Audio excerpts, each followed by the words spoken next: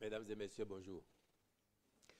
Ça va être notre première rencontre de la nouvelle année et je m'en voudrais à l'entame de cet exercice de ne pas vous remercier pour votre accompagnement constant et ne pas en profiter pour vous formuler au nom du gouvernement nos vœux de bonne et heureuse année 2025, de bonne collaboration en termes de vos sollicitations constantes et nous, les réponses que nous apportons à vos préoccupations. En vous souhaitant d'avoir à être moins victime de la dictature des réseaux sociaux et de leur cohorte de désinformation. À vous souhaiter d'avoir plutôt de la bonne information à broyer, celle que nous vous donnons directement ou celle que vous débusquez vous-même, plutôt que de subir en tout cas cette dictature des réseaux sociaux qui vous impose ou qui impose à certains d'entre vous de ne pas beaucoup réfléchir et de s'aligner seulement sur ce que certaines industries, puisque c'en est, de fabrication de fausses informations, vous donnent à gérer. Cela dit, moi je suis à votre disposition pour cet exercice parce que j'ai noté que dans l'actualité, il y a beaucoup de sujets qui agitent la toile ou les colonnes de vos organes de presse. Et j'ai entendu, comme nous en avons déjà l'habitude, me rendre disponible pour apporter les clarifications nécessaires aux différents sujets qu'il vous plaira d'évoquer ici. Et c'est la raison pour laquelle je me tiens devant vous. Je n'aurai pas plus que ça en propos liminaire. Je suis à votre disposition pour le temps qu'il vous plaira de m'avoir ici et pour toutes les questions sans exclusive qu'il vous plaira de soulever. Voilà, mesdames et messieurs, je suis à vous. Vous savez comment ça se passe. La parole, elle est libre.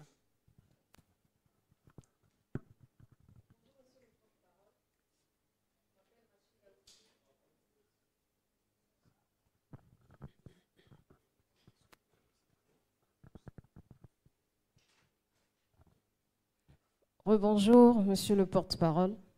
Je m'appelle Rachida Oussou, je suis de BIP Radio. J'ai deux questions par rapport à cette rumeur sur un coup d'État qui enfle sur les réseaux sociaux depuis hier. Et ensuite, après les prédictions du TOFA, est-ce que le président de la République a changé d'avis par rapport à sur le troisième mandat? Merci beaucoup.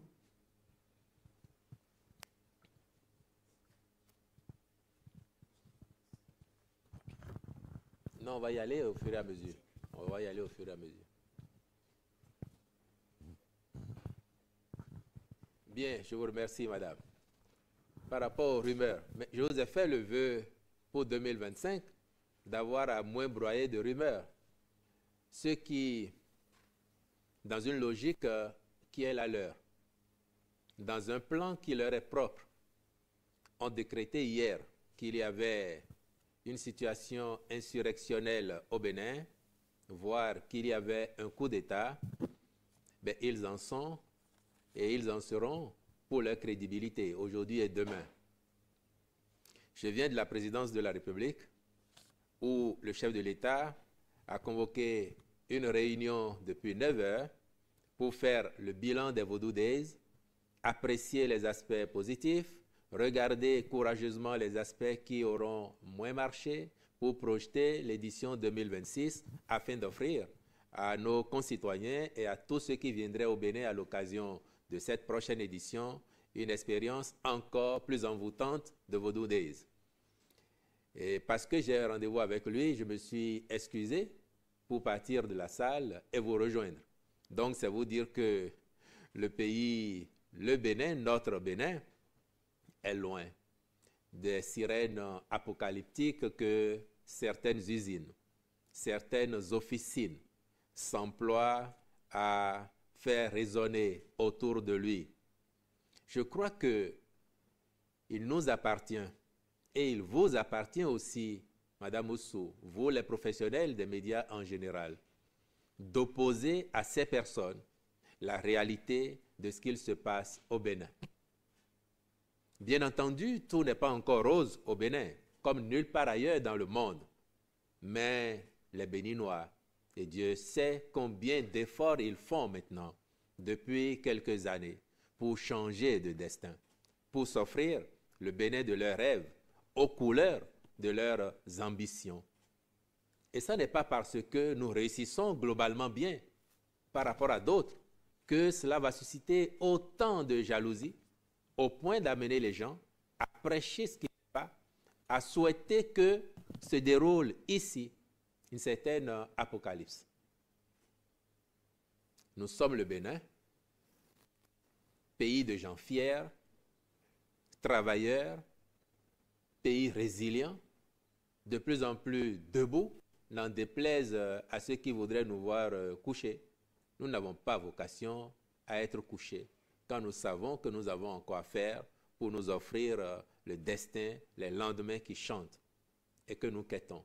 Donc dites-leur que le Bénin il est en place, que le président Patrice Talon il est là, son mandat finit dans 16 mois, Madame Oussou, et cela m'amène à enchaîner sur votre deuxième préoccupation. Est-ce qu'avec les prédictions du TOFA, est-ce qu'il aurait changé d'avis? Je ne vois pas le lien parce que vous me dites relativement à un troisième mandat. Je n'ai pas entendu le TOFA parler de troisième mandat.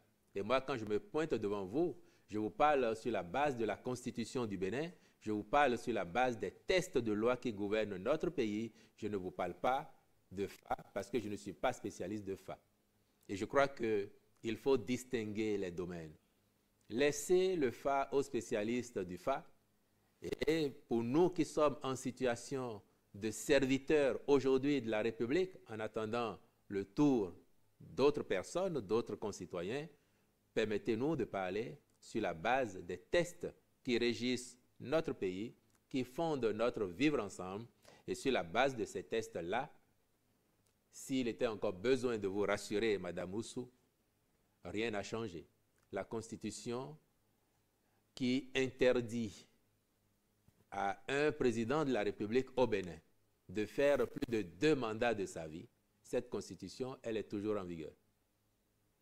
Les textes de loi sont les mêmes, les hommes, ils sont les mêmes. Le président Talon n'a aucune envie de prolonger d'un jour son bail à la tête du pays. Il n'a aucune envie de tripatouiller la Constitution pour se maintenir, même si, je vous l'avais dit et je le constate aujourd'hui, même si il est et il sera de plus en plus populaire d'ici à la fin de son second quinquennat. Donc pour nous, je voudrais vous le réitérer, le débat sur troisième mandat ou premier nouveau mandat, ce débat, il n'existe pas, pas plus qu'il n'existera demain. Le Bénin avance et nous avons envie de grandir, d'être les meilleurs en tout ce que nous faisons. Et c'est cela l'engagement que le président Talon a pris avec nous, servir la République, sortir par la grande porte, sortir porter en triomphe et sortir porter en triomphe. Tout ce que je viens de dire là participe également de cette sortie en triomphe.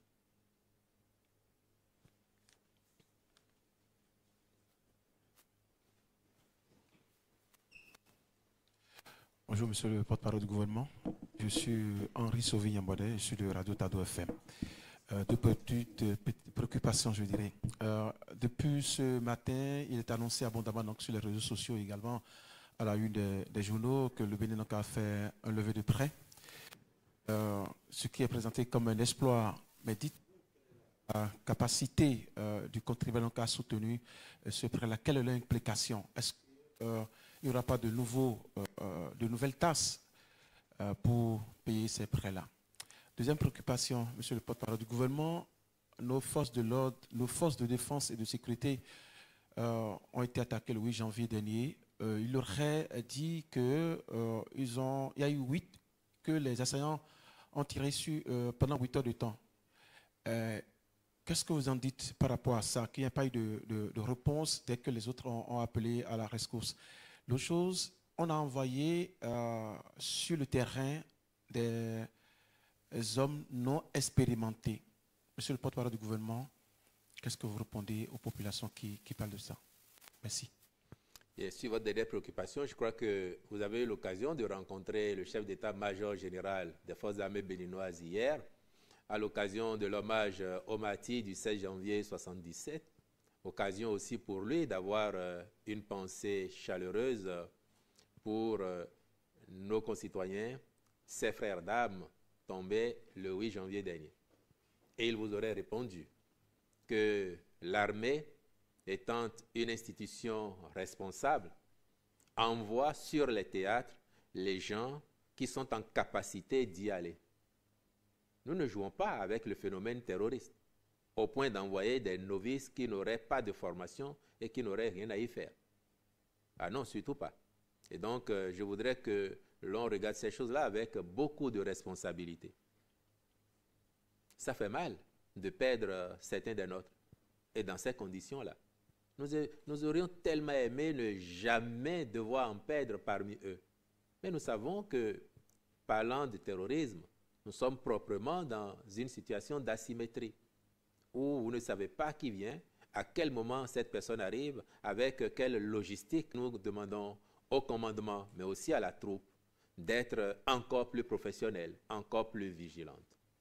De là à postuler que les assaillants ont tiré pendant 8 heures de temps, pendant 16 heures de temps, comme on a même pu lire, cela sort tout droit, excusez-moi de vous le dire, de l'imagination de certains qui, de mon point de vue, n'ont aucune connaissance de la réalité, aucune prise sur ce qu'il y a. Fort heureusement, nous nous équipons davantage. Nos forces de défense et de sécurité ont de plus en plus les moyens adéquats pour faire face aux périls, quels qu'ils soient, auxquels ils pourraient être confrontés. Ils ont la formation nécessaire et ils ont les effectifs. Vous imaginez que s'il y a eu des échanges de tirs pendant 8 heures, 12 heures, voire 16 heures, vous imaginez ce que cela aurait pu être. Quand ça s'est passé, il y a eu l'envoi de vecteurs aériens. Un de nos hélicoptères, par exemple, s'est élevé dans les airs pour aller voir. Si ça avait duré 8 heures, nous aurions eu le bonheur avec notre hélicoptère de faire la razzia dans leur rang. Mais je peux vous dire que le temps que l'hélicoptère arrive, c'était déjà passé. Les intéressés étaient déjà retournés en territoire étranger d'où ils sont venus et assez loin sur ce territoire. Et ce qui n'a pas permis d'avoir le résultat que nous aurions aimé, parce que nous aurions aimé faire davantage de dégâts dans leur rang. Donc, comprenez bien qu'il n'y a pas eu 8 heures d'échange de feu ou 16 heures, encore une fois, comme on a pu le lire. Et soyons mesurés. Quand nous écrivons ces choses-là, ou quand nous relayons ces choses-là, n'oublions jamais qu'il s'agit de notre pays. Il s'agit du Bénin. Ce n'est pas les individus qui comptent. Vous avez évoqué tout à l'heure votre consoeur, la rumeur sur coup d'État. Et on peut faire le lien. J'espère que, en professionnel que vous êtes, chacun de vous hier a pu voir que c'était une action coordonnée de gens préposés à cette manœuvre. Après que quelques jours plus tôt, ils ont répandu qu'il y aurait malaise au sein des forces armées béninoises, parce que les gens ne seraient pas payés, parce qu'il n'y aurait pas de logistique, parce qu'ils seraient démotivés. Après qu'ils ont même, en direct, selon eux, fait le reportage d'une attaque qui se déroulerait encore au Point Triple, alors même qu'il n'y avait rien de tel, le couronnement a été de dire partout, ah oui, il y a coup d'État au Bénin, la situation est telle, le président a dû prendre la clé des champs. Ne soyez pas dupes de ces choses-là. Il ne s'agit pas de la personne du président Patrice Talon. Il ne s'agit pas des personnes de ses collaborateurs. Il ne s'agit pas de la vilaine tête de Wilfrid Léandre Humbedji qui vient rendre compte et défendre lorsqu'il le faut. Il s'agit du Bénin. Et le Bénin, pour nous, n'a pas de prix. Il est au-dessus de chacun de nous. Et si ceux d'entre nous, nos concitoyens, qui s'adonnent à ce jeu, n'ont pas conscience des dégâts qu'ils causent au pays, mais alors, c'est proprement affligeant pour nous tous et pour eux en particulier. Nous sommes tous, en tant que Béninois, des serviteurs interchangeables entre nous. Nul n'est indispensable et nul ne sera en position indéfiniment. Nous sommes des serviteurs de la République, interchangeables entre nous. Ce qui veut dire que même ceux qui, de leur position actuelle, ne se rendent pas compte qu'ils sont des réservistes appelés demain à être en situation et qui, pendant qu'ils sont là, jouent plutôt à tirer l'équipe vers le bas ou à la livrer aux adversaires, ils ne se rendent pas compte qu'ils se font du mal à eux-mêmes. Se donner autant de liberté, donner des vacances au patriotisme, licencier la vérité pour promouvoir le mensonge, les ragots, ça ne fait du bien à personne et même pas aux intéressés. Et ça, il faut que nous ayons le courage, et vous, des médias, de le leur dire. Et là-dessus, je crois que c'est encore à vous. On n'a même pas besoin de vous convoquer à cela. Parce que lorsque certains d'entre vous remontent ces informations-là pour nous demander de commenter, de dire un mot, je trouve que c'est peine perdue. C'est à voir leur dire, mais nous on vit au Bénin. Et le Bénin n'est pas celui que vous dépeignez là. Le Bénin change. Ça se voit de partout. Que cela suscite convoitise et jalousie, c'est un fait. Mais cela n'enlève rien à la réalité que nous vivons aujourd'hui, que le monde entier vit avec nous. Et à cet effet, le milliard de dollars de prêts que nous venons de lever, avec un taux de maturité assez long, de 15 et 16 ans, pour moitié et pour moitié. Cela va servir à quoi? Précisément à renforcer l'œuvre de construction du Bénin moderne, du Bénin de nos rêves. Et vous devez avoir à l'esprit qu'on ne prête qu'aux riches. On ne prête qu'aux gens crédibles et en capacité de rembourser les créances qu'on leur fait. Si nous avons pu lever autant d'argent, et notez que c'est le premier pays africain en 2025 à le faire. On vient de passer les 15 premiers jours de l'année. Ça veut dire que nous n'avons pas dormi. Le ministre de l'économie et des finances et ses équipes, ils travaillaient depuis des semaines, des mois en arrière, pour aller sur le marché très tôt en début d'année, lever le financement. Ce financement, ce n'est pas pour aller dans la poche du ministre des Finances. Ce n'est pas pour payer les salaires. C'est pour renforcer les bases qui structurent le développement socio-économique de notre pays à travers des infrastructures modernes que nous mettons en place et pour lesquelles la tendance actuelle va se poursuivre. Alors, est-ce que nous sommes en capacité de rembourser? Est-ce que nous n'allons pas créer de nouvelles taxes? Le budget 2025 a été voté par l'Assemblée nationale. Quand vous le parcourez, il n'y a pas de nouvelles taxes créées. On n'a pas augmenté même les taux des taxes et impôts qui existent. Mieux, entre 2016 et aujourd'hui, nous avons réduit le nombre de taxes et autres prélèvements qui existaient au Bénin de 50 à une trentaine maximum aujourd'hui. C'est nous plutôt qui avons fait des efforts pour réduire les taxes, plutôt que d'en créer. Mais par contre, ce qui change, c'est que nous faisons l'effort pour que tous ceux qui doivent payer, tous ceux qui doivent contribuer, puissent le faire, contrairement à avant, où la grande majorité de ceux qui devraient payer ne le faisaient pas. Les gens qui collectaient la TVA et qui la gardaient dans leur poche, alors que, par nature, la TVA, on sait très bien qu'elle est collectée pour l'État. Il y a de moins en moins de personnes qui peuvent aujourd'hui garder la TVA sur elles. C'est ça qui change. Il y a que vous ne pouvez plus faire certaines choses au port de Cotonou. Hier, il était possible de faire venir du champagne, du vin et de dire en complicité avec certains agents de la douane que vous avez fait venir de l'eau minérale au Bénin pour payer moins. Et une partie de ce que vous devriez mettre dans les caisses de l'État restait dans votre poche et l'autre allait dans les poches de certains douaniers. Ça n'est plus possible aujourd'hui. Ce sont ces choses-là qui changent. Et c'est ça qui nous permet de mobiliser de plus en plus de ressources intérieures et d'aller sur les marchés solliciter le reste que nous n'avons pas. Et cet effort que nous faisons au plan interne, il faut saluer tous nos concitoyens qui comprennent que le pays se modernise, qu'on a besoin de faire nos propres efforts et qui contribuent de plus en plus volontairement. Il n'est plus rare d'entendre des Béninois en cours d'année, en début d'année, à tout moment dire « Ah, je vais payer mes impôts ». ou je vais payer une partie de mes impôts en attendant d'avoir des ressources pour payer l'autre partie, spontanément.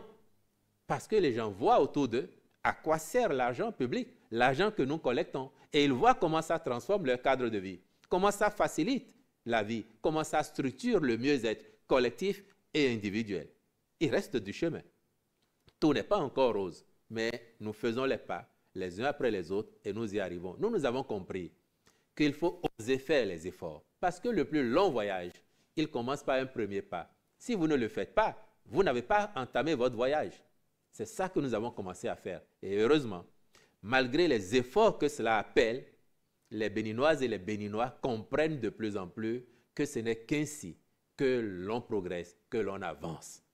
Si on ne le fait pas, on retarderait et on se condamnerait à végéter dans nos insatisfactions et à ne pas créer de meilleures conditions de vie à nos enfants et à nos petits-enfants.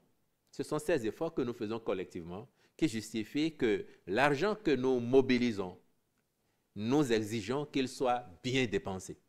Et quand nous avons fait ça, les partenaires qui nous font confiance nous accompagnent avec ce que nous arrivons à lever en termes de prêts ou quand il dit que les nouvelles dispositions relatives au mandat et à sa durée, et en rappelant que la Constitution a été révisée à regarder le texte voté par l'Assemblée nationale en son temps. Et donc, il est loisible d'avoir l'interprétation qu'il veut. Celle qui compte, c'est celle que la République retient. Et la République du Bénin considère que personne ne peut faire plus de 2 mandats de président de la République. C'est ainsi, c'est vissé dans la Constitution. Et ça n'a pas changé.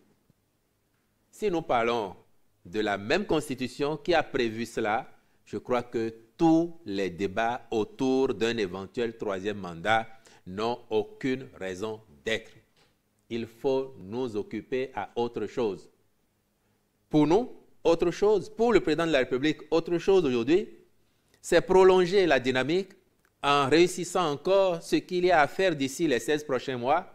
Et c'est surtout pouvoir proposer aux Béninois, dans 16 mois, une alternative pour prolonger cette belle dynamique qui produit autant de résultats avec l'espoir que les Béninois y adhéreront et ratifieront le choix que la dynamique actuelle leur proposera pour qu'elle s'amplifie année après année. Ce ne sera pas de perdre notre temps autour d'un éventuel nouveau 1er ou 3e mandat du président Talon. Ce n'est pas à l'ordre du jour, ce n'est pas dans nos plans.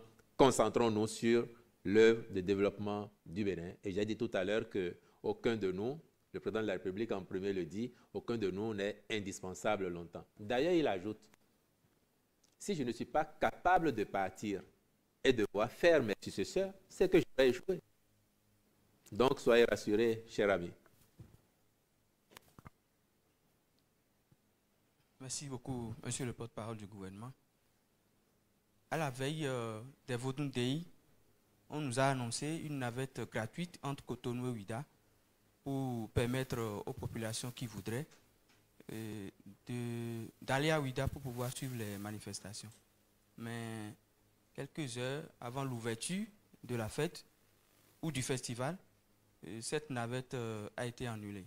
Je voudrais profiter de l'occasion pour savoir pourquoi cette initiative a été annulée à la dernière minute. La deuxième question, toujours relative au Vodun Day. On a eu hier les chiffres, pour ne pas dire l'Institut national de la statistique et de la démographie a dévoilé hier, par le biais du ministère du Tourisme, des chiffres qui nous révèlent que plus de 400 personnes ont participé, plus de 400 000 personnes ont participé au Vodun Day à Ouidah. Et dans ces 400 000, monsieur le porte-parole du gouvernement, est-ce qu'on peut avoir une idée sur le nombre de touristes étrangers qui ont effectué les déplacements de Ouidah pour cette édition des Vodun Day? Toujours dans la même dynamique, vous revenez de la réunion convoquée par le chef de l'État pour faire le bilan. Est-ce qu'à chaud, vous pouvez nous donner quelques détails sur le bilan et qui se dégage de cette deuxième édition des Vodou Days. Merci beaucoup. Premièrement, je crois que vous comprendriez très bien que si on avait maintenu les navettes pour faire Cotonou-Ouida, ça aurait été de toute logique de faire navette de Natitengu à Ouida, de Porto Novo à Ouida, de Lokossa à Ouida, de Parakou à Ouida, de Agbanizon à Ouida, de Tchoumi à Ouida, parce que c'est des Béninois de partout. Pour un événement à caractère national de cette envergure, ça aurait été une erreur de notre point de vue. Et le président de la République l'a dit tout à l'heure, ce matin. Et on ne l'a pas fait l'année dernière. Il semble que des gens l'ont fait, mais il dit, moi j'ai découvert là qu'il y avait une telle annonce. Et il dit non, ce n'est pas bien pensé. Donc, que demain, des privés veuillent faire ça, libre à eux. Mais ça ne sera pas le rôle de l'État, du gouvernement, d'organiser une navette privée pour convoyer des gens de Cotonou vers Ouida parce qu'ils veulent assister au Vodou Days. Et c'est une très bonne chose. Mais si on le fait, c'est qu'il faut le faire pour toutes les communes. Et vous voyez ce que cela représente. Nous avons eu, d'après les chiffres effectivement de l'INSTAD, au moins 435 000 personnes à Ouida sur les 3 jours. Il fallait y être effectivement pour voir l'engouement de nos concitoyens, mais aussi des touristes qui sont venus. Rien qu'à voir sur les images, vous savez qu'il y avait une part importante de touristes. Après, ce qu'ils représentent en proportion, c'est encore trop frais pour qu'on puisse vous le dire. Mais les équipes travaillent pour avoir justement tous ces détails-là, parce que c'est ça aussi qui nous permet d'engranger des points en vue des éditions à venir. Et parlant d'éditions à venir, les axes possibles d'amélioration, j'ai dit que la réunion n'était pas terminée quand je suis parti, mais on a eu l'occasion d'aborder quelques points. Par exemple, comment on fait pour améliorer davantage la mobilité dans la ville de Ouida? Lorsque des centaines de milliers de personnes se retrouvent en même temps dans un espace réduit, qui n'a pas été habitué à ça, dont les rues n'ont pas été dimensionnées historiquement pour ça, comment on fait pour que chacun, à la fin de la journée, tire son épingle du jeu après avoir vécu une expérience immersive, mais totalement époustouflante? On a commencé à esquisser des pistes de réflexion. Dans ça, comment on fait pour qu'il y ait davantage de toilettes, mobiles ou non? Il y en avait, mais il faut en mettre davantage, avec des indications claires qui permettent aux gens qui viennent pour les Vodou Days de savoir quand ils ont envie de se soulager, par où est-ce qu'il faut passer. Quel autre type d'attraction? Dans les différentes attractions que nous avons vues, qu'est-ce qu'il faut améliorer les fois prochaines? Est-ce qu'il faut nous contenter de ce qu'on a vu? Ou bien il y a moyen d'améliorer? Et nous avons commencé à réfléchir à tout cela. Et à la fin de la réunion, le chef de l'État a dit qu'un petit comité sera mis en place pour approfondir encore les réflexions et très vite faire les propositions qui vont être prises en compte dans la perspective de l'édition 2026 des Vodou Days. Déjà, au moins, ce qu'il faut retenir et qui est frappant, c'est que, contrairement au plan de ceux qui auraient voulu ne pas voir se tenir les Vodou Days cette année, nous avons réussi quelque chose de formidable. Faire la une de l'actualité mondiale pendant 48-72 heures pour un pays, ce que cela apporte à son aura, à son soft power, ça n'a pas de prix. Et nous savons très bien ce que le Bénin a gagné et gagne en cela. Vous pouvez faire un billet retour sur Ouida après Vodou Days pour aller recueillir les impressions de tout citoyen vivant à Ouida ou de tout Béninois que vous y rencontreriez, qui a pris part ou non, mais qui a suivi sur les réseaux sociaux. Demandez à tous ceux qui ont des commerces de quelque nature, est-ce que les Vodou Days sont une opportunité pour vendre le pays, pour vendre Ouida et pour faire de bonnes affaires? Et vous aurez des réponses affirmatives à toutes vos questions. Donc, mis en place et nous appartiendra des années pour que Vodou Days devienne un rendez-vous mondial immanquable. Que l'on soit béninois, que l'on soit touriste, s'intéressant à l'Afrique et s'intéressant au Bénin en particulier, on réserve temps à l'avance son séjour au Bénin dans la période des Vodou Days parce qu'on se dit, si je n'y vais pas, je raterai quelque chose d'essentiel. Donc nous pouvons nous réjouir tous ensemble d'avoir fait quelque chose de merveilleux, d'avoir réussi cette édition de Vodou Days sans occulter que nous ne dormons pas sur nos lauriers, nous avons envie d'améliorer et de faire mieux. Pourquoi en 2026, on ne tutoierait pas le million de participants? L'année dernière, on n'était pas à 435 000, on était à 100 et quelques mille. Mais sur un an, on a pratiquement quadruplé le nombre de participants. Nous aimerions bien doubler ce chiffre l'année prochaine. Et que dans 5 ans, à l'occasion des Vodou, qu'on dise qu'il y a 5 millions de personnes qui, en une semaine, auront fréquenté Ouida. C'est ça nos projections. Nous avons de l'ambition pour le Bénin, mais particulièrement en l'espèce ici, pour la ville de Ouida. Pardon? L'après-talon? Ben, qu'est-ce que vous voulez dire? Est-ce que ça va continuer ou pas? C'est ça?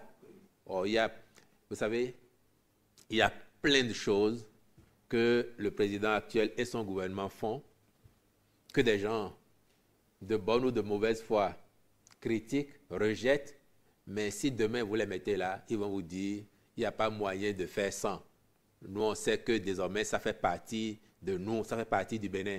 Et si vous enlevez ça au Bénin, vous perdez quelque chose. Ils vous diront, on n'était pas d'accord, comme je l'entends de plus en plus. Vous avez parlé tout à l'heure de notre grand frère, M. Kovi.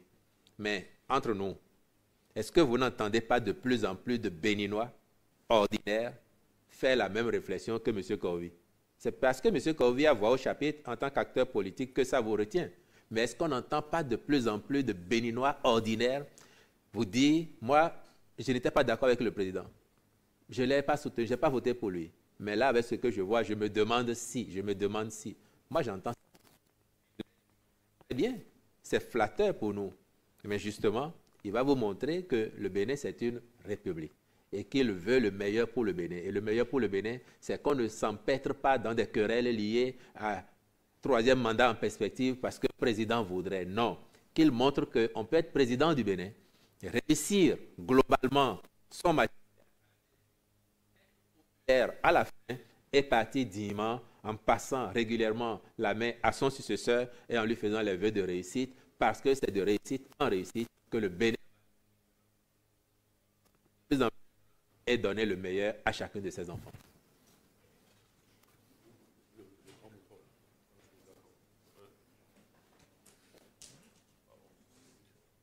Merci, monsieur le porte-parole du gouvernement. Mes prédécesseurs ne l'ont pas fait, mais je dois le faire en leur nom, en ma qualité du doyen du corps des journalistes, des confrères et consoeurs, pour retourner les vœux les meilleurs à vos collaborateurs, à votre entourage. Cela dit, j'ai une question. À la suite du drame survenu au Point Triple dans le nord du pays, les confédérations centrales syndicales projettent d'organiser une journée d'hommage demain samedi, 18 janvier 2025, aux soldats tombés sur le champ d'honneur. Dans le même temps, elles entendent dénoncer et demander le départ de supposées troupes françaises du Bénin. Que pensez-vous de cette initiative?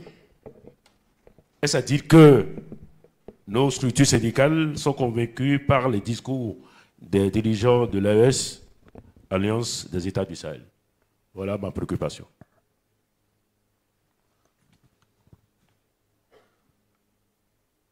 Je vous remercie pour ces préoccupations.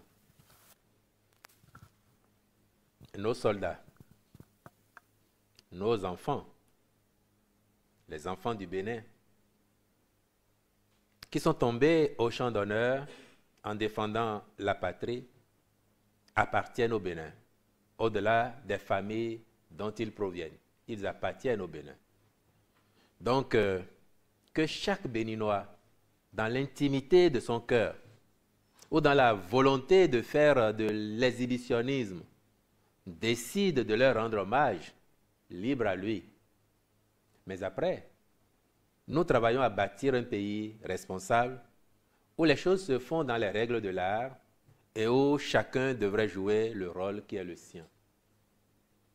Il a semblé aux yeux de certains que le gouvernement tardait à rendre hommage à ses enfants. Leur agenda n'est pas l'agenda du gouvernement. Pendant qu'ils étaient à leur considération, le ministre délégué auprès du président de la République, chargé de la Défense nationale, avait déjà saisi chacune des familles concernées. Et vous avez eu l'occasion de voir et d'entendre le chef d'état-major général des forces armées rendre un hommage. Mais après, si je peux me permettre un conseil à ces personnes, c'est de ne pas faire le jeu de l'ennemi. C'est de ne pas tomber dans le piège de l'ennemi. L'ennemi aurait voulu nous voir nous arrêter, que le pays subitement s'arrête et que l'on soit préoccupé, que l'on soit pris par la psychose. Nous ne sommes pas tombés dans ce jeu. Les pays qui nous bordent et dans lesquels les manifestations et les conséquences du phénomène sont autrement plus dimensionnées que ce que nous vivons, qui ont entrepris au départ de décréter des jours de deuil national, des hommages, je suis sûr que quand vous les observez, vous ne voyez plus cela. Parce qu'ils se rendent compte aussi que c'est ça qui alimente l'appétit des mécréants qui organisent ces coups-là. Nous avons choisi une posture que nous jugeons mesurée, mais responsable, qui n'enlève rien à la qualité de ce que nous rendons comme hommage à nos frères. Et j'ai eu l'occasion de dire que le meilleur hommage que nous puissions leur rendre, c'est pendant qu'ils sont vivants de leur créer les meilleures conditions pour qu'ils accomplissent leur devoir vis-à-vis de la République.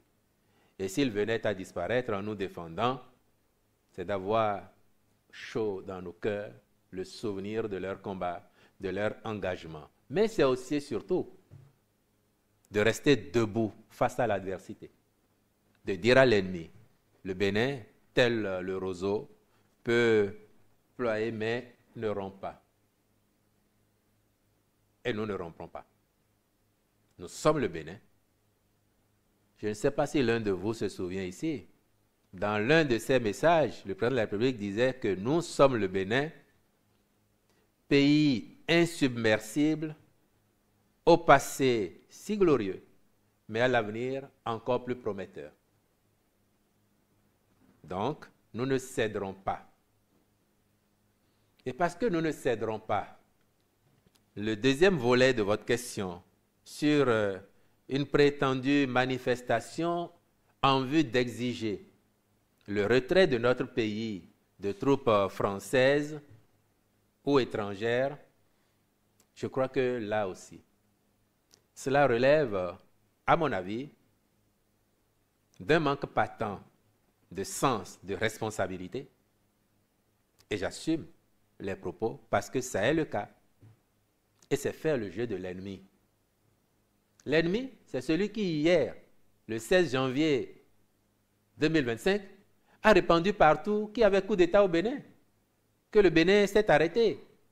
C'est le même ennemi qui répand qu'il y a base militaire française au Bénin, qu'il y a des bases étrangères au Bénin, alors que des responsables de premier plan, d'organisations syndicales ou politiques, embauchent la même trompette, sans crier gare. Cela relève, à mon sens, de l'irresponsabilité et d'un défaut de patriotisme. Que les autres le disent pour régler leurs problèmes de politique domestique, parce qu'ils sont dans le dur. On peut encore le leur concéder, en considérant que ça leur passera, mais que les nôtres récupèrent cela et veuillent en faire leur commerce, c'est malheureux et c'est tricher sur le dos des Béninois, qui font déjà beaucoup d'efforts pour redresser leur pays, pour le reconstruire. C'est malheureux et nous devons le déplorer tous et le dénoncer avec vigueur.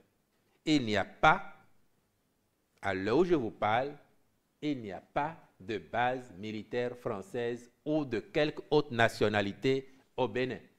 Notre pays, à la différence d'autres qui l'entourent, n'a jamais eu d'accord de défense avec un pays étranger. Nous avons des accords de coopération militaire avec la Russie, avec la France, avec la Chine, avec les États-Unis, avec la Belgique et autres, comme d'autres. Mais nous n'avons jamais abrité de bases étrangères chez nous. Et ce n'est pas demain que nous allons commencer. Là où ceux qui les abritait, ont commencé à demander leur retrait. Ce n'est pas demain que nous allons nous faire le chemin inverse. Donc, dites à nos amis de cette confédération syndicale que c'est nul et non avenu et que ça ne vaut pas la peine. Il y a mieux à faire au Bénin.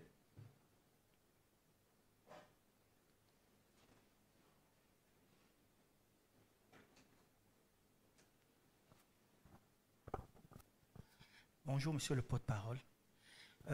Permettez-moi de revenir toujours sur ce même sujet. Je crois qu'il y a un de nos collègues qui évoquait le sujet, notamment par rapport à la durée de l'opération de l'attaque. Et vous avez évoqué 8 heures, puis 16 heures. Mais je n'ai pas eu... Ce n'est pas moi qui ai évoqué, hein. Vous êtes revenu, en fait, sur ce que les autres ont dit. Ce que certains de vos confrères m'ont écrit. Tout à fait. Alors qu'ils n'étaient pas sur les lieux.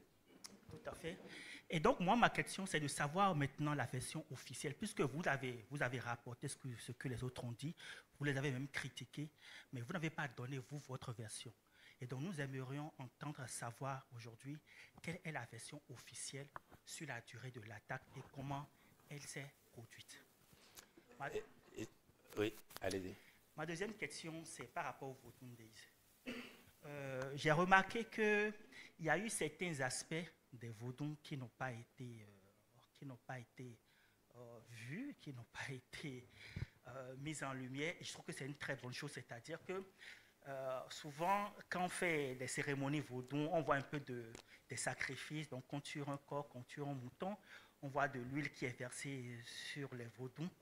Et j'ai cru savoir vraiment que cet aspect de la chose a été interdit aux pratiquants. Enfin, pendant les événements, hein, que cet aspect des choses a été demandé aux pratiquants de ne pas les faire. Est-ce que mon analyse est vraie? Et si elle est vraie, est-ce qu'il y a eu, au cours de la réunion que vous avez tenue avec le chef de l'État, est-ce qu'il y a eu d'autres aspects sur cette pratique-là qui ont été demandés, qui seront demandés à ces pratiquants de ne pas les faire pendant ces événements, puisque c'est quelque chose qui peut paraître choquant pour certains touristes, pour certains même d'entre nous, et ça pourrait être un frein, puisque l'objectif c'est d'atteindre les 1 million. Et donc, est-ce qu'il y a ces genres de choses-là qui seront demandées aux pratiquants de ne pas les faire pendant ces 3 jours de manifestation? Merci.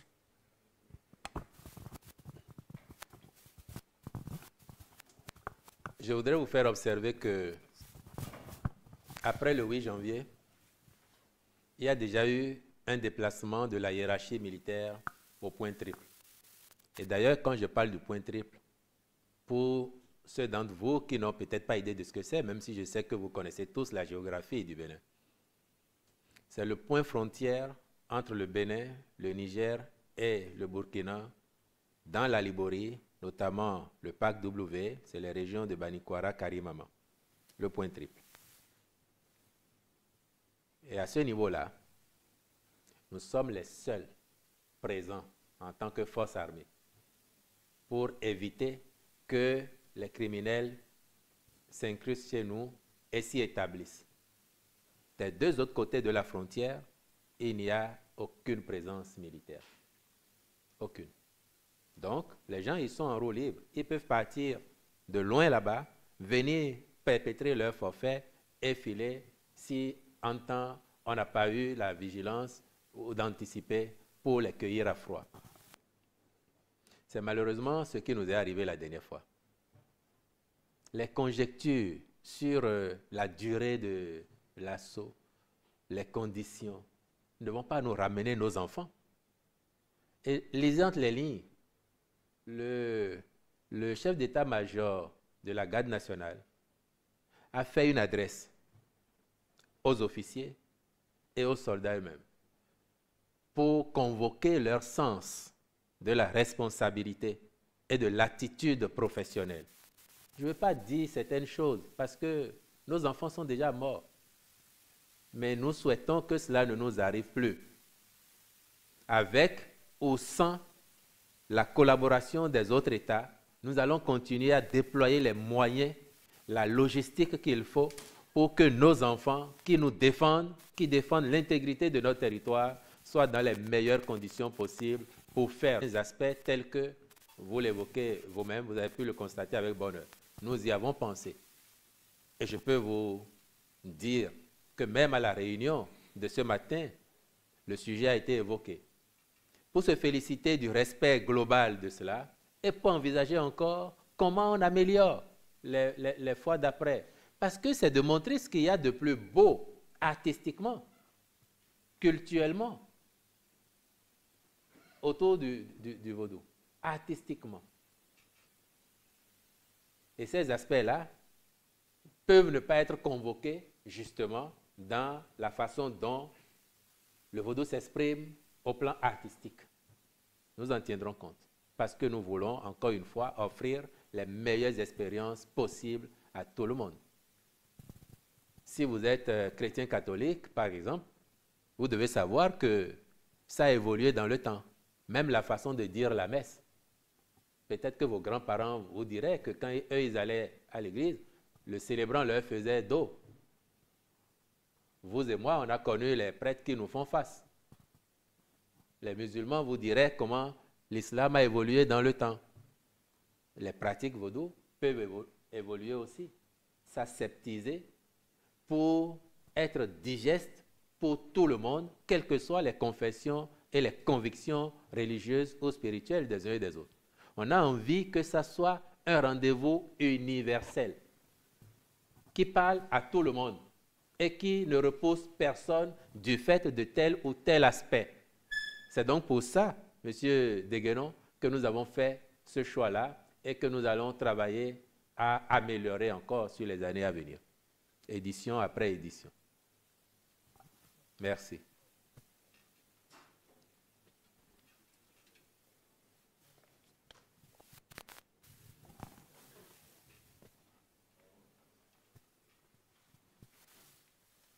Je suis Gabin Goubi du quotidien Le Matinal.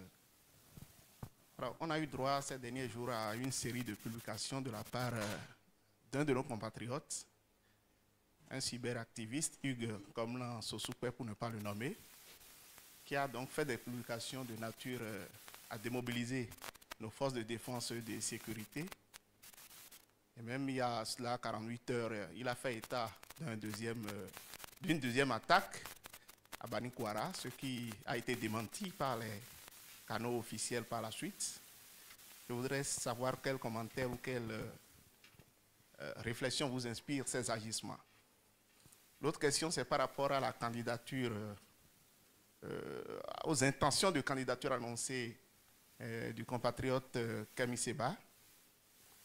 Alors, il y a quelques temps, il présentait le Bénin comme un pays qui dresse le lit au terrorisme, qui constituait pratiquement un abri pour des légionnaires français. Alors, on ne vous a pas entendu parler du sujet, puisque vous êtes là. Qu'est-ce que vous répondez par rapport à cela? Merci. De façon générale, les accusations farfelues contre notre pays faisant état de ce qu'il serait une arrière-base pour la formation et le déploiement de terroristes, formulées par ce compatriote que vous avez évoqué et ses maîtres à penser. Et d'ailleurs, la dernière en date, on a entendu encore des autorités nigériennes postuler qu'il y aurait eu une réunion autour du lac Tchad à laquelle le Bénin aurait été présent avec le Nigeria, avec la France. Ouais, tout cela est proprement rigolo. Et je crois que les plateformes de streaming et les producteurs de cinéma, s'ils ont envie, dans leur prochain casting, de trouver de bons acteurs, je crois qu'ils peuvent explorer ces pistes-là. Il y a quelque temps, on vous a parlé, toujours venant du Niger, quelqu'un a parlé et a donné même des coordonnées de lieux qui seraient au Bénin. Bon, et c'est pour ça que je parlais tout à l'heure de subir moins la dictature des réseaux sociaux. Allumons nos cerveaux. Prenez, réécoutez ce responsable nigérien, prenez les coordonnées qu'il a données, et si vous n'êtes pas capable vous-même, demandez à quelqu'un qui s'y connaît de projeter. Vous verrez que ça tombe hors du Bénin, ce n'est même pas sur notre territoire. Donc ces personnes ne savent pas de quoi elles parlent. Ça ne tombe pas sur le Bénin. Prenez Google Maps, prenez n'importe quelle plateforme dédiée et projetez ces coordonnées, ça tombe nulle part au Bénin. Donc, ce n'est pas nous. On ne parle pas de nous, on ne parle pas de notre Bénin. Et c'est pour ça que j'ai dit tout à l'heure, parlant du cyberactiviste ou de l'activiste politique qui se cache derrière le cyberactivisme, j'aurais tellement aimé ne pas en parler. Mais c'est tout ça qui m'a fait dire tout à l'heure. Le sujet, ce n'est pas le président Patrice Talon. Le sujet, ce n'est pas le gouvernement actuel, gouvernement de la rupture. Le sujet, ce n'est pas votre modeste serviteur. Je sais que je n'ai pas une belle tête. Ou bien vous ne voyez pas ça avec moi. Donc je ne demande pas qu'on aime ma tête. Je ne demande pas qu'on aime la tête du président Talon. Je ne demande pas qu'on aime le gouvernement de la rupture. Mais nous avons tous un impératif. Nous devons aimer le Bénin, le chérir plus que tout autre. Notre première religion, notre premier parti politique, ça doit être le Bénin. Et on ne peut pas s'autoriser les légèretés que certains s'autorisent à propos du Bénin, sous prétexte de réseaux sociaux ou sous prétexte d'un combat politique hypothétique qui ferait d'eux des suppôts, je pèse mes mots, des suppôts de l'ennemi. Ailleurs, on parlerait de collabos. Et ce n'est pas glorieux. Surtout qu'on sait très bien que c'est de la manipulation et de l'invention pure. Ce n'est pas glorieux pour ces personnes. Je leur ai dit, je voudrais rappeler en toute amitié ce que j'ai dit tout à l'heure. Vous, comme nous sommes des serviteurs momentanés de la République. À ce titre, nous sommes interchangeables. Quand vous prenez une équipe de sport collectif, ceux qui sont sur le banc de touche, ils sont potentiellement titularisables. Et si pendant qu'ils sont sur le banc de touche, ils s'emploient à déstructurer l'équipe ou à vendre ses secrets de réussite à l'adversaire, ils ne se ménagent pas eux-mêmes des moments paisibles, des moments de réussite une fois qu'ils seront là. Donc, si vous le connaissez, ou si vous connaissez des gens qui lui sont proches, dites-lui de bien vouloir sortir dans ça, comme les gens disent vulgairement, pas trop loin du Bénin, qu'il sorte dans ça, parce que ça ne nous ressemble pas. Ça ne ressemble pas au Bénin. Le Bénin est plus grand que nous tous. Le Bénin compte plus que chacun de nous. Mais le Bénin mérite tous nos sacrifices, tout notre engagement, tout notre investissement, pas dans le mauvais sens. Et chacun a pu voir, même lorsque les faits, la réalité leur donne tort, invention après invention, ces personnes ne se fatiguent pas parce qu'elles sont payées par les officines dédiées à déstructurer, à déstabiliser le Bénin. Mais ces choses ont un côté positif. C'est ça qui montre que le Bénin réussit, que nous faisons notre marche vaille que vaille et que les résultats sont là. Ça déplaît à ceux qui ne font pas les mêmes efforts que nous ou à ceux qui n'ont pas la même réussite que nous. Et puis ça n'est pas nouveau, chers amis. Je regarde les visages, il y a quand même quelques-uns ici qui ont vu le début des années 90, quand le président Soglo a pris les rênes du Bénin et que nous avons commencé avec les efforts de nos parents de l'époque. Vous et moi, nous étions trop jeunes pour compter parmi ceux qui faisaient vraiment des efforts. Quand le Bénin a commencé à redresser la tête, il était l'objet de toutes sortes de convoitises. Et vous savez combien les gens se sont ligués contre le président Soglo à l'époque. C'est la même chose aujourd'hui. Nous faisons des efforts qui payent. Les résultats sont là. Et il y en a qui nous jalousent, qui nous envient.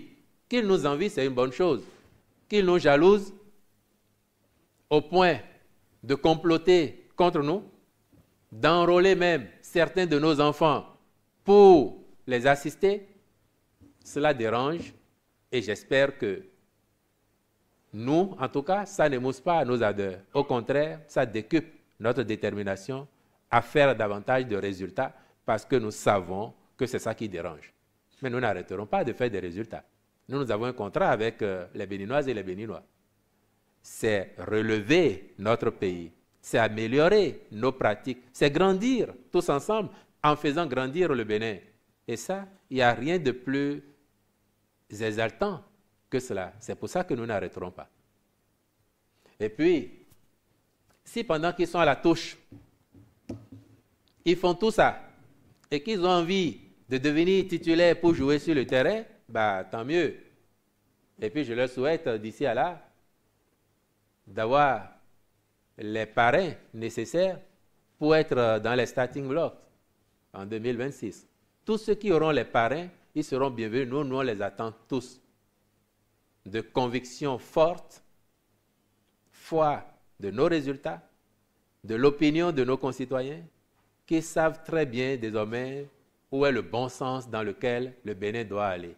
Donc, quel que soit l'adversaire, qu'il mobilise ses parrains et qu'il vienne, nous on l'attend pour le combat dans les urnes. Et nous verrons qui va gagner.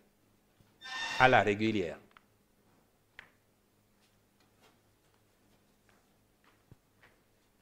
Bonjour, monsieur le porte-parole du gouvernement, Raymond Faladé, Bénin Intelligent. Je voudrais revenir sur l'attaque de Banikwara. Je voudrais savoir, est-ce qu'aujourd'hui il y a des statistiques, des chiffres sur le nombre de décès, de blessés, peut-être d'éventuels assaillants éliminés? Merci. Nous déplorons grosso modo une trentaine de morts, grosso modo, dans nos rangs. Je ne vous dis pas combien nous avons pu faire dans les rangs en rattrapant, mais combien nous aurions aimé faire si il n'avait pas été assez loin déjà en territoire étranger. Pour être sobre, c'est tout ce que je vous dirais aujourd'hui. Le reste appartient aux questions militaires et ce qui doit être fait, se fait.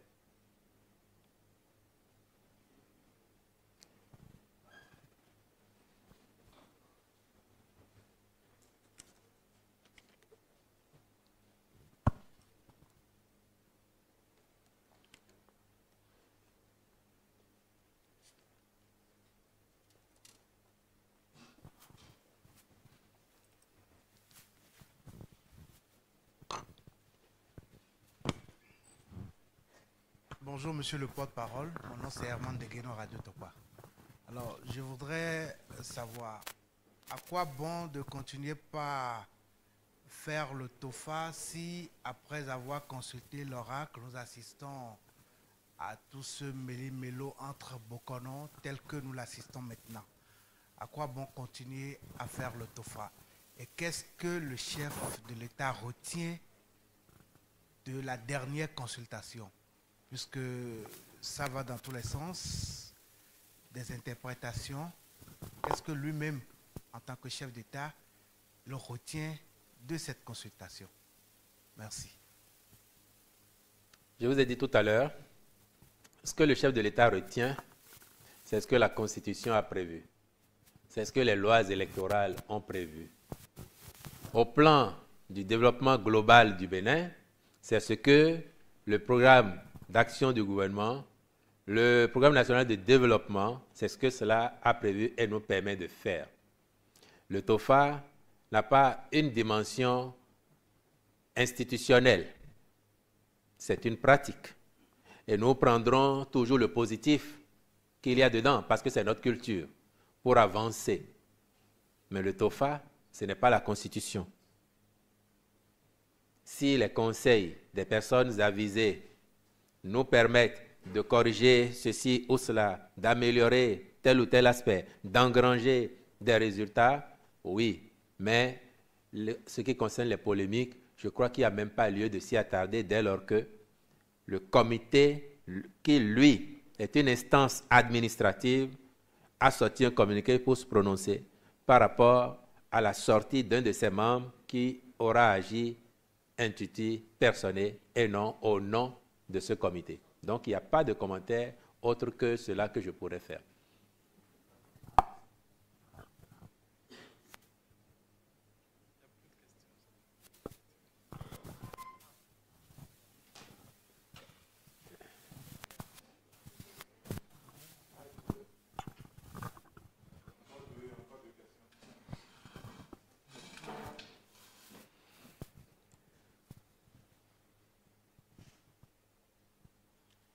Peggy Ludovic Dagba, Eden TV.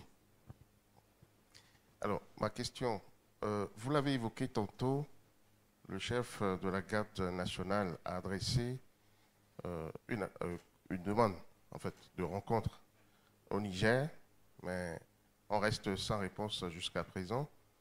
Vu les différentes sollicitations, je veux dire, les appels à une coproduction sécuritaire concernant les 3 pays, je veux parler du Bénin, du Niger et du Burkina Faso, que fait le Bénin? Est-ce qu'il y a nécessité, en fait, pour que les 3 nations se mettent ensemble pour lutter vraiment, pour traquer cette bête qui tue nos enfants, qui tue nos frères? Il y a nécessité de sortir, en fait, de cette réforme. Alors, j'aimerais savoir, face au mutisme du Niger, est-ce que des démarches sont menées en direction, par exemple, du Burkina Faso, en direction d'autres États qui peuvent aider vraiment à circonscrire et à faiblir cette bête-là? Deuxièmement, les Vodou Days. Jusque-là, on parle de beaucoup de choses, mais on n'a pas parlé du montant, on va dire du budget des Vodou Days. Est-ce que vous pouvez nous en dire un mot? Merci.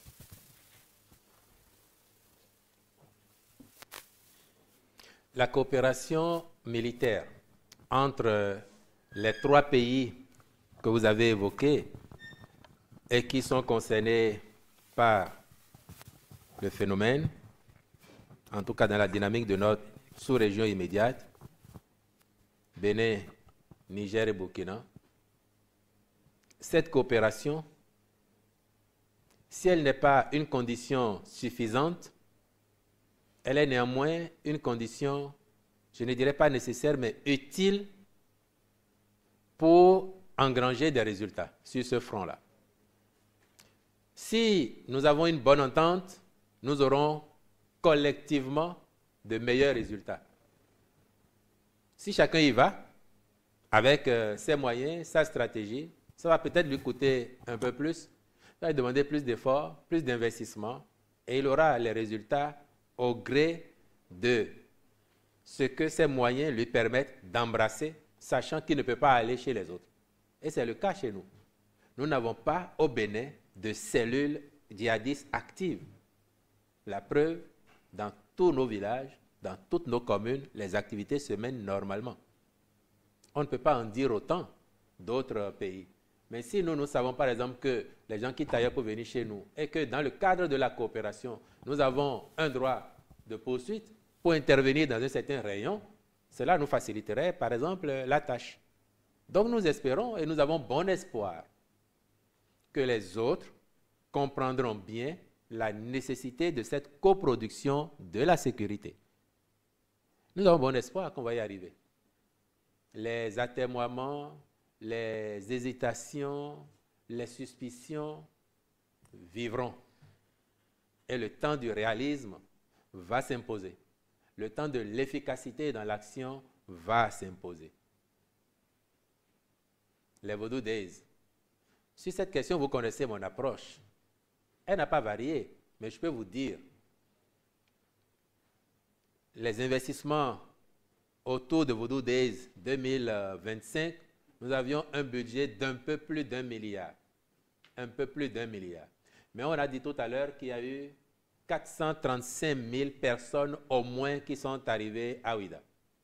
Quand on aura fait la part des touristes qui sont arrivés, qui ont dormi 3, 4, 5 nuits à Ouida, où aucun hôtel n'avait aucune chambre disponible, des jours avant, ou dans les restaurants, les gens ont fait en une journée un chiffre d'affaires d'1 million, là où ils faisaient 50, 75 000 avant,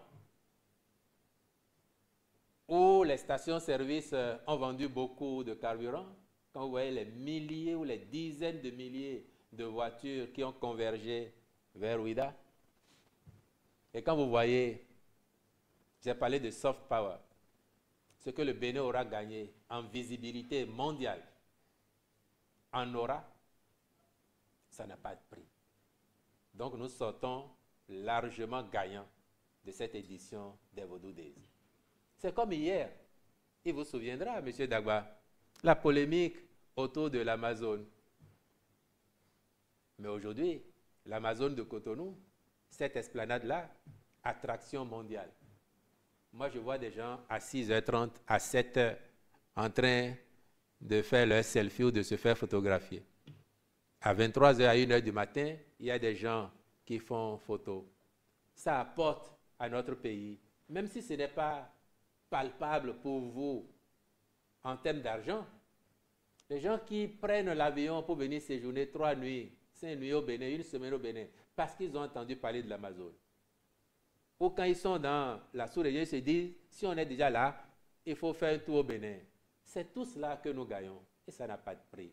Donc, les Vodou Days, ça coûte juste ce que ça doit coûter, sans plus, mais pour générer le maximum d'impact positif possible pour notre pays. Je vous ai satisfait, M. Dagba? Merci. Monsieur, pour finir. Étienne Yemandje du quotidien Le Matin. J'ai plusieurs questions. La première, explosion de dépôt de gaz à Kpakpa. Vous avez dit Le Matin. Hein? Oui, du quotidien Le Matin. Et explosion est intervenue le samedi matin? Le samedi matin, n'est-ce pas? Le samedi matin.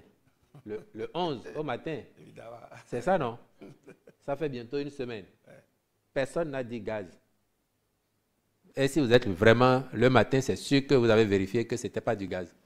Et vous avez entendu les ministres qui ont été sur le lieu et qui ont fait un point de presse depuis le CNHU. Et donc, explosion quand même à Kpakpa, à qui incombe la responsabilité. Aujourd'hui, quel est le bilan des victimes après ce drame? On parle des Vodou Days. C'est vrai que ça travaille énormément au niveau du gouvernement pour attirer donc, les étrangers vers notre pays pour développer notre tourisme. Mais au plan national, que faites-vous réellement pour développer le tourisme domestique? On parle aussi de cette situation dramatique. Dans le stade de l'amitié, toujours en réflexion. Le Bénin qui sera en mars prochain, qui va renouer en mars prochain avec les éliminatoires du Mondial 2026. Est-ce qu'on va toujours retourner à Abidjan? Et donc, merci.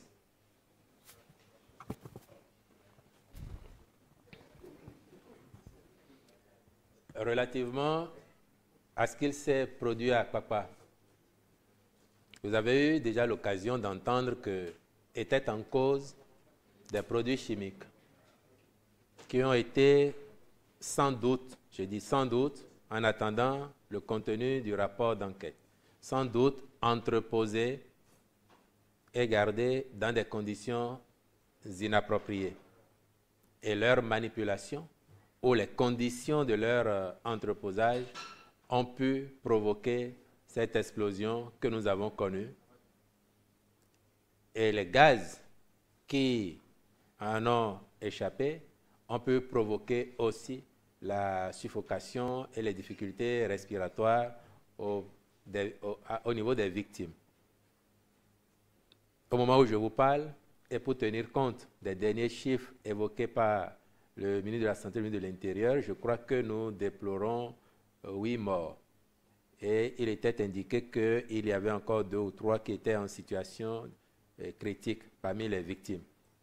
Le reste, le ministre de la Santé vous a dit dernièrement, on a déjà libéré de leur situation d'observation dans les hôpitaux plus de la moitié, pour ne pas dire les 2 tiers. Parce que sur les plus de 150 patients mis sous observation, il disait qu'il restait une 50aine. Bon, entre le moment où il a parlé et aujourd'hui, sans aucun doute, d'autres sont rentrés chez eux. Mais à qui incombe la responsabilité, comme vous dites? Il y a un propriétaire de l'immeuble qui est un concitoyen, qui a passé un bail avec quelqu'un, un Indo-Pakistanais, qui lui est le responsable des produits entreposés là. Bon, au moment où c'est arrivé, ce que je peux vous dire, et sans trahir les enquêtes, c'est qu'au moment où c'est arrivé, la police, le recherchant, il se trouve qu'il était hors du territoire national. Donc, nous ferons en sorte de l'amener à nous fournir les explications et à répondre des responsabilités qui seraient les siennes, établies par les commissions d'enquête et par la justice. Nous ne les ignorons pas sur les moyens. Après, il faut profiter de cela pour lancer un appel aussi à chacun d'entre nous, dans nos quartiers où nous nous trouvons. Lorsque nous voyons parfois des scènes, des situations qui interpellent, peut-être que nous n'avons pas connaissance toujours de la nature des produits qui sont là, mais lorsqu'une situation nous paraît suspecte, nous pouvons nous référer à la police pour dire qu'il se passe quelque chose dans mon environnement qui me préoccupe. Je ne dis pas forcément que c'est une infraction, mais j'aimerais que vous nous aidiez à y voir clair. Voilà, parce que si on entrepose ces produits, on les manipule, à quelle fin? Je ne sais aujourd'hui, en attendant les rapports, est-ce que tout cela se fait dans les conditions indiquées, les conditions prescrites? On ne manipule pas un produit chimique n'importe comment. Donc voilà ce qu'il y a lieu d'en dire. Est-ce que les vertus de nos traditions peuvent nous aider sur le front de la lutte contre le terrorisme? Notre devoir, en tant que gouvernement, c'est de faire tout ce qui est rationnellement et scientifiquement possible. Notre devoir, c'est de faire tout ce qui est rationnellement et scientifiquement possible, techniquement possible, pour venir à bout d'eux. Après, s'il y a des adjuvants de quelque nature qui peuvent y concourir, bon, pourvu qu'ils trouvent les bons circuits pour y concourir sans obliger la République. Si nous avons les résultats, chacun peut dire c'est grâce à moi. Vous savez qu'il n'y a que la défaite qui soit orpheline. La victoire, elle est souvent bâtarde. Parce qu'elle a plusieurs pères, plusieurs mères. Mais nous voulons avoir la victoire, quitte à ce que n'importe qui revendique même nos efforts, pourvu que nous ayons la victoire. Nous savons que quand l'équipe gagne, chaque membre de l'équipe a gagné. Donc nous voulons gagner. À tous les coups, nous voulons gagner.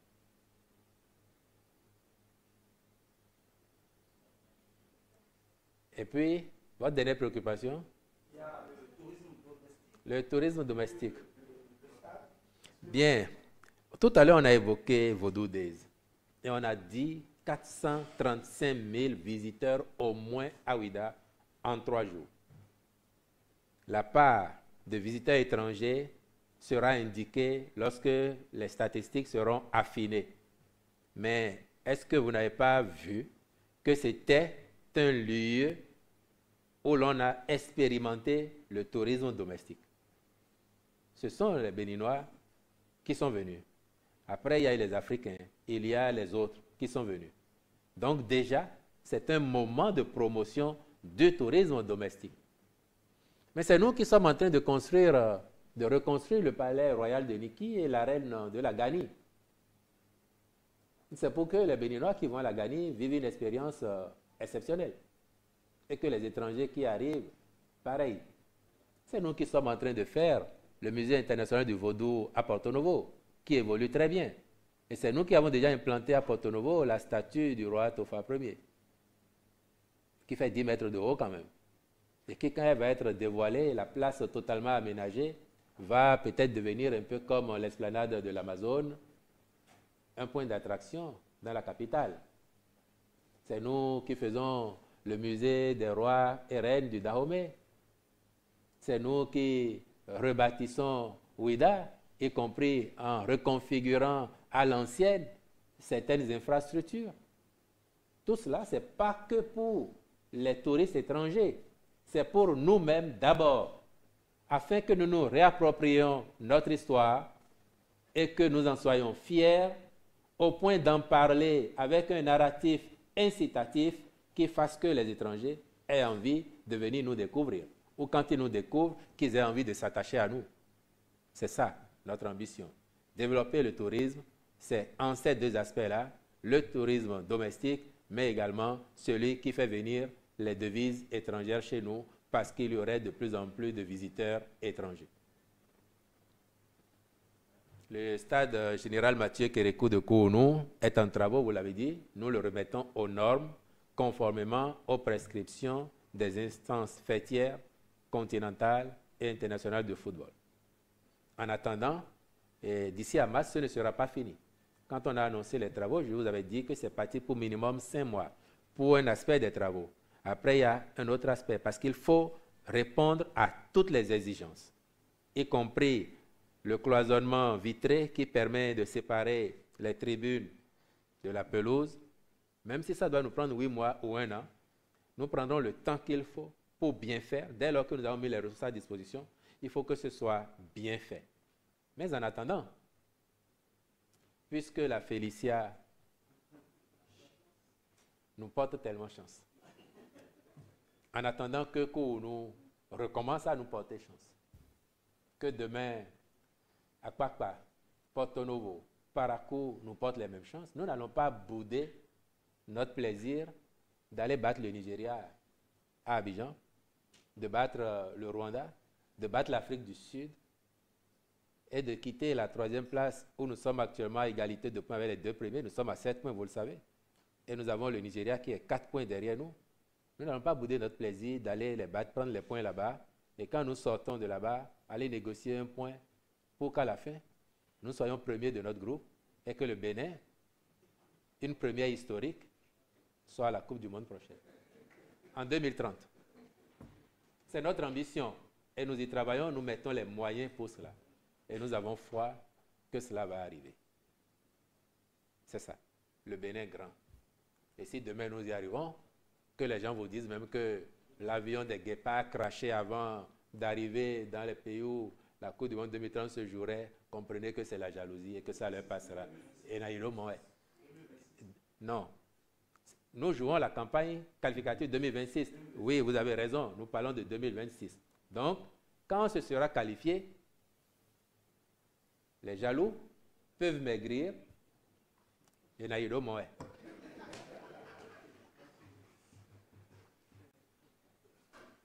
Bien, merci beaucoup. Je crois qu'on a fait le tour de vos préoccupations. Je vous remercie d'avoir été là. Et un plaisir à renouveler. Le portable, il a attendu le bon moment pour commencer à signaler. Il y en a un qui crépite parce que il est 12h30 ou 13h30. Merci beaucoup, monsieur. Merci.